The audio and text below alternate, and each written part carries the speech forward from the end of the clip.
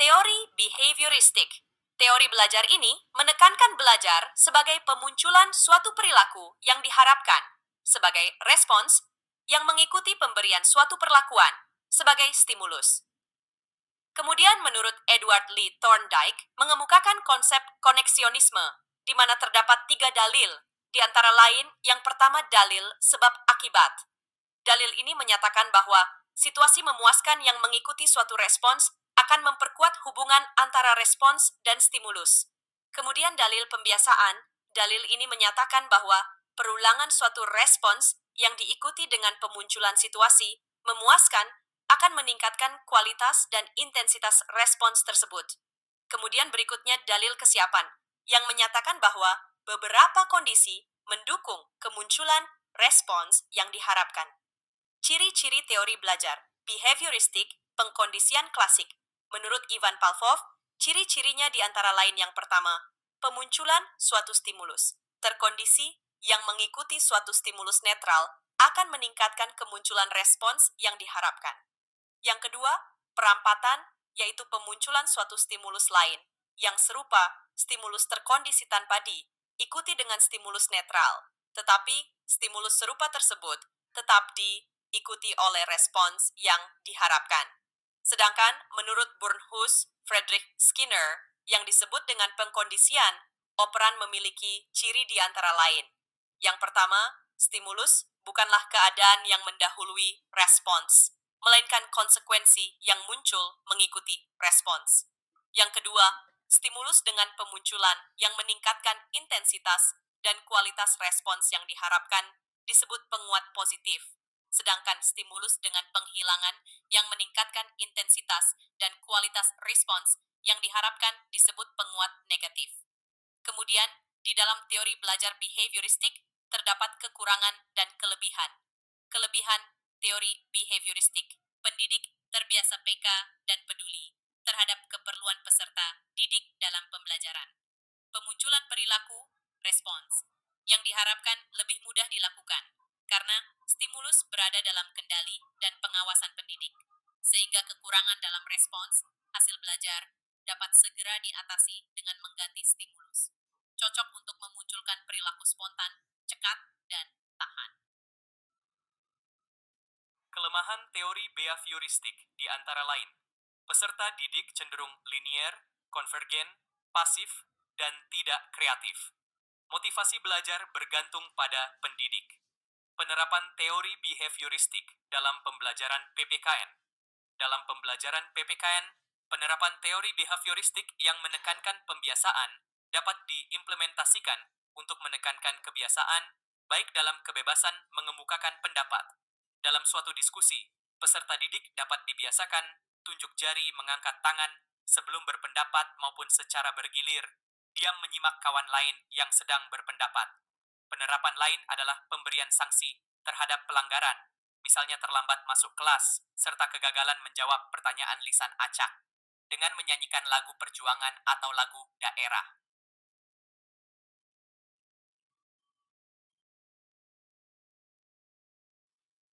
Teori sosial kognitif. Teori sosial kognitif adalah teori yang menonjolkan gagasan bahwa sebagian besar pembelajaran manusia terjadi dalam sebuah lingkungan sosial. Dengan mengamati orang lain, manusia memperoleh pengetahuan, aturan-aturan, keterampilan-keterampilan, strategi-strategi, keyakinan-keyakinan, dan sikap-sikap. Prinsip teori sosial kognitif menurut Albert Bandura sebagai berikut. Dari gambar di atas dijelaskan bahwa perilaku seseorang dipengaruhi oleh faktor kognitif dan faktor lingkungan. Menurut Bandura, orang belajar banyak perilaku melalui proses peniruan, melalui pengamatan terhadap perilaku model dan akibat yang ditimbulkan. Faktor penting belajar melalui pengamatan sosial menurut Bandura. Perhatian, attention process. Sebelum meniru orang lain, perhatian harus dicurahkan ke orang itu. Representasi, presentation process, tingkah laku yang akan ditiru disimbolisasikan dalam ingatan. Peniruan tingkah laku model, behavior production process, setelah mengamati dan memasukkan dalam sebuah ingatan maka orang akan bertingkah laku. Motivasi dan penguatan, motivation and reinforcement process, belajar akan efektif jika memiliki motivasi yang tinggi untuk melakukan tingkah laku modelnya, Tapi jika tidak ada motivasi maka tidak akan terjadi proses daripada tingkah laku yang dihukum. Ciri-ciri teori sosial kognitif meyakini bahwa fokus utama pembelajaran adalah pengamatan dan peniruan. Memahami tingkah laku model bisa dipelajari melalui bahasa, teladan, nilai, dan lain-lain. Beranggapan bahwa peserta didik meniru suatu kemampuan atau perilaku dari kejadian yang dialami orang lain atau yang diperagakan oleh guru sebagai model. Menjelaskan bahwa peserta didik akan memperoleh kemampuan jika mendapatkan kepuasan dan respon rangsangan yang positif. Melibatkan berbagai proses pembelajaran yang meliputi memperhatikan, mengingat, dan meniru tingkah laku atau timbal balik yang sesuai, diakhiri dengan respon rangsangan positif. Penerapan teori sosial kognitif di lingkungan keluarga. Orang tua memainkan peranan penting sebagai seorang model atau tokoh bagi anak untuk menirukan perilaku membaca.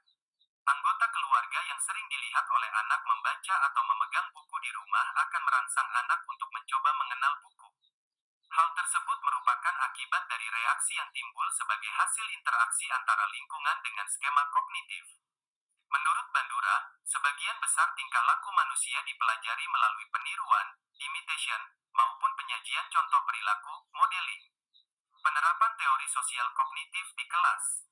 Guru meminta peserta didik untuk merefleksikan pengalaman yang dialami peserta didik melalui pembuatan jurnal atau laporan harian tentang kegiatan apa saja yang dilakukan peserta didik. Mendorong diskusi berdasarkan apa yang diajarkan dengan meminta peserta didik untuk menjelaskan materi pembelajaran di depan kelas dan ajak peserta didik lainnya untuk mengajukan pertanyaan. Membantu peserta didik menemukan solusi baru untuk suatu masalah untuk mengembangkan cara berpikir kritis. Penerapan teori sosial kognitif Badura dalam pembelajaran PPKN. Berdasarkan pada teori sosial kognitif Badura, guru PPKN dapat mengajarkan penerapan norma dan aturan pada elemen Undang-Undang Dasar Negara Republik Indonesia tahun 1945 dengan senantiasa berperilaku taat peraturan seperti datang tepat waktu, berpakaian sopan sesuai ketentuan, disiplin dan lain sebagainya.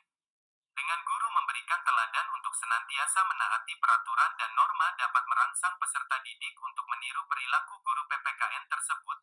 Sebagaimana menurut teori sosial kognitif Badura bahwa orang belajar banyak perilaku melalui peniruan dan pengamatan terhadap perilaku model. Teori konstruktivisme. Aktivisme merupakan teori yang memberikan kebebasan kepada manusia untuk menemukan apa yang diinginkan dan memberikan kesempatan yang diperlukan oleh orang tersebut. Teori konstruktivisme adalah landasan seseorang berpikir tentang banyak hal sesuai dengan pendekatan kontekstual. Tujuan teori konstruktivisme merangsang berpikir inovatif, menemukan hal-hal baru, membentuk keahlian sesuai kemampuan, mendorong berpikir mandiri. Penerapan teori konstruktivisme, kurikulum disajikan mulai dari keseluruhan menuju ke bagian-bagian dan lebih mendekatkan kepada konsep-konsep yang lebih luas. Pembelajaran lebih menghargai kemunculan pertanyaan dan ide-ide peserta didik.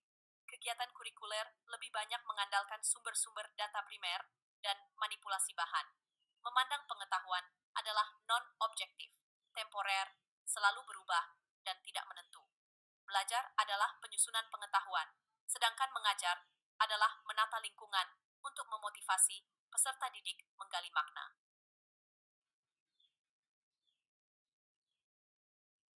Penerapan teori konstruktivisme dalam pembelajaran PPKN. Dalam pembelajaran PPKN, penerapan teori konstruktivisme menekankan pemahaman baru melalui aktivitas produktif dalam konteks nyata. Misalnya, guru memberi tugas mengkaji fungsi Bhinneka Tunggal Ika dalam kehidupan bangsa. Ketika mengerjakan tugas ini, diharapkan peserta didik akan mengkaji apakah ada fakta bahwa Bhinneka Tunggal Ika benar-benar berfungsi.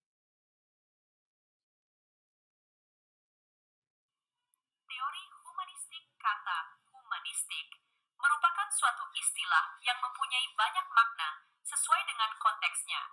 Misalnya, humanistik dalam wacana keagamaan berarti tidak percaya adanya unsur supranatural atau nilai transendental, serta keyakinan manusia tentang kemajuan melalui ilmu dan penalaran. Latar belakang teori humanistik. Teori pendidikan humanistik yang muncul pada tahun 1970-an bertolak dari 3 teori filsafat, yaitu pragmatisme, progresivisme, dan eksistensialisme. Pragmatisme adalah memelihara keberlangsungan pengetahuan dengan aktivitas yang dengan sengaja mengubah lingkungan. Progresivisme menekankan kebebasan aktualisasi diri supaya kreatif sehingga menuntut lingkungan belajar yang demokratis dalam menentukan kebijakannya.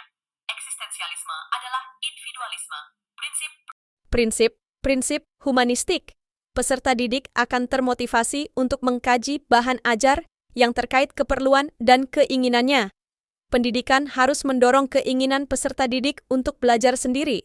Nilai tidak relevan dan hanya evaluasi belajar diri yang bermakna. Dalam sebuah proses belajar, perasaan maupun pengetahuan sama-sama penting, sehingga domain afektif dan kognitif tidak dipisahkan. Peserta didik perlu terhindar dari tekanan lingkungan, supaya mereka merasa aman untuk belajar. Tujuan teori humanistik: memanusiakan manusia. Pelajar memahami lingkungan dan dirinya sendiri. Lambat laun, peserta didik mampu mencapai aktualisasi diri sebaik-baiknya. Memahami perilaku belajar dari sudut pandang pelakunya, bukan dari sudut pandang pengamatnya.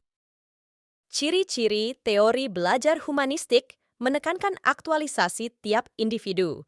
Proses merupakan fokus utama belajar, mengedepankan pemahaman individu, mengedepankan bentuk perilaku diri sendiri. Tidak ada yang lebih berhak mengatur proses belajar tiap individu selain dirinya sendiri. Manfaat teori belajar humanistik: mengubah sikap dan perilaku menjadi lebih baik, membiasakan diri untuk bersikap demokratis, partisipatif, dan humanis, menjadikan manusia yang menghargai perbedaan dan kebebasan, menyatakan gagasan dan pendapat, meningkatkan keinginan diri untuk belajar. Kelebihan teori humanistik membentuk kepribadian, perubahan sikap, dan hati nurani ke arah lebih baik, menumbuhkan minat dalam diri seseorang untuk terus belajar, menumbuhkan kreativitas dalam diri seseorang, mengubah sikap dan pola pikir, memberi pengalaman yang berarti. Makin waktu berlalu, pembelajar makin mengaktualisasi diri dengan baik. Kelemahan teori humanistik: proses belajar berbasis teori ini akan gagal tanpa kesungguhan dan motivasi dari dalam tiap individu. Dapat memunculkan individualisme, keterbatasan peran pendidik yang hanya sebagai fasilitator, kesenjangan antar individu apabila beberapa individu sukar mengenali potensi diri, tidak cukup dijadikan metode pembelajaran praktis. Penerapan teori humanistik dalam pembelajaran PPKN guru memberikan tugas untuk memahami makna dan cara musyawarah yang benar.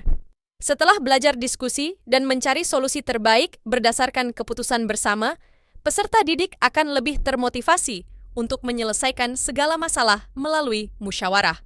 Peserta didik juga akan mempelajari cara menghargai pendapat orang lain. Dengan demikian, peserta didik akan lebih manusiawi.